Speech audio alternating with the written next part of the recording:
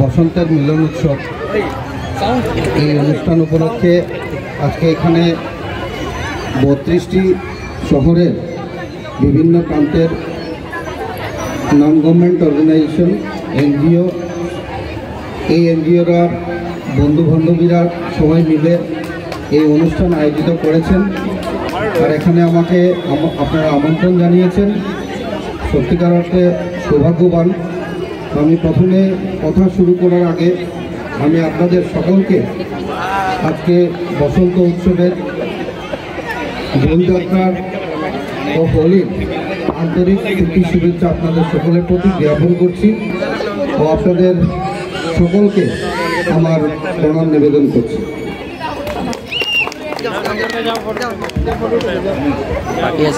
অসাধারণ একটা অনুষ্ঠান আজকে অনুষ্ঠিত হচ্ছে।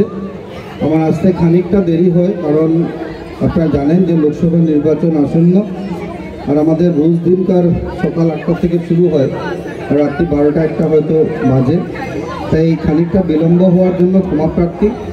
আমি আন্তরিকভাবে সকলের নাম লিখছি না, সঞ্চালনা যিনি করছেন জয়দীপ চক্রবর্তী সহ প্রত্যেক এনজিওর সম্মানিত কার্যকর্তা বন্ধুদেরকে আমি আমার আন্তরিক ভালোবাসা নিবেদন করছি।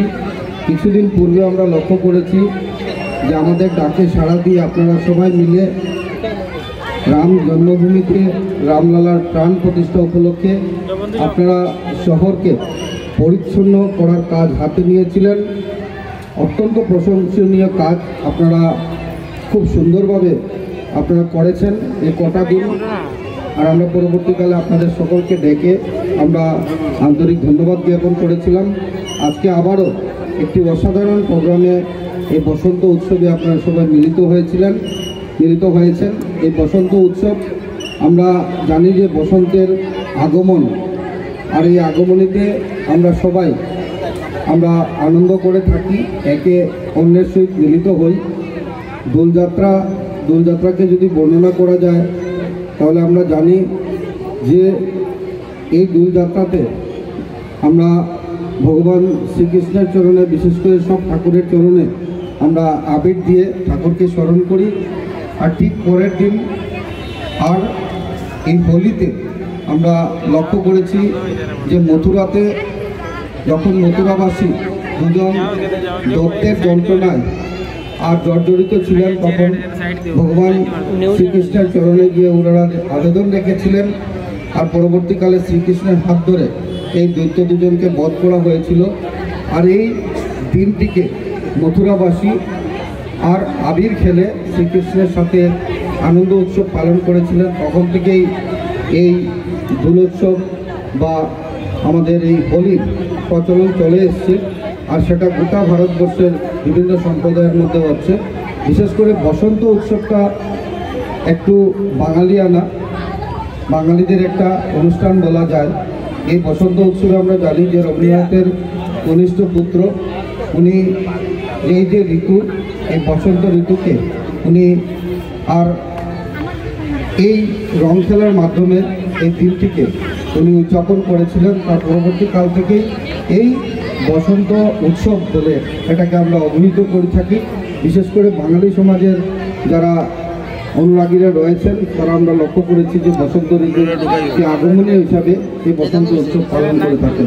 যাই হোক, বসন্ত উৎসব বলি, আমরা দোলযাত্রা বলি, আমরা রং খেলা বলি বা হোলি বলি, সকলের যে এই যে হোলি উৎসবের মাধ্যমে আমরা একে অন্যের সহিত মিলিত হই, একে অন্যের যাতে পাশাপাশি থাকতে পারি তার জন্য আমরা আজকের দিনে যাতে অঙ্গীকার করি।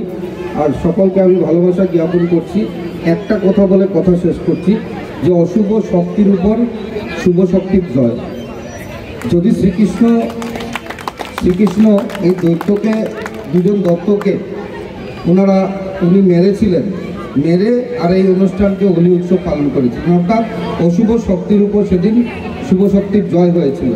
তাই আমি মনে করি আগামী দিন আসন্ন লোকসভা নির্বাচন 2024-এর আমাদের ভারতবর্ষের যে অশুভ শক্তি, এই অশুভ শক্তি মোটামুটিভাবে নির্মূল হয়ে গেছে।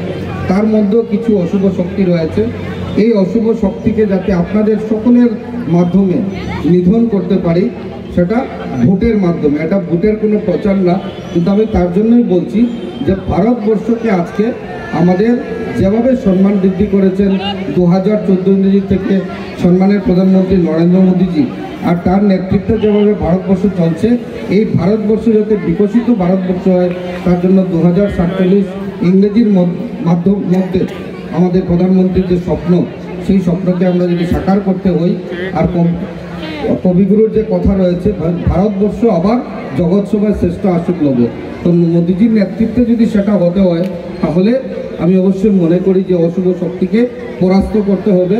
আর একমাত্র পরাস্তর রাস্তা হলো যে আমাদের যে ভোট হবে 2024 লোকসভা নির্বাচন, সেকেন্ড ফেজে আপনারা জানেন এখানে 26 এপ্রিল দিন ঘোষণা হয়েছে, ওই দিনে যাতে আমরা সবাই আমাদের ভোট দান করে এই অশুভ শক্তিকে দমন করতে পারি, তার জন্য এই আবেদন আজকের দিনে হোলির মাধ্যমে আপনাদের রাখলাম। আর সবাইকে আবার হ্যাপি হোলি বলে আমি আমার কথা শেষ করছি। বন্দে মাতরম, ভারত মাতা কি জয়, জয় জয় শ্রীরাম, জয় জয় শ্রীরাম, জয় শ্রীরাম। ধন্যবাদ।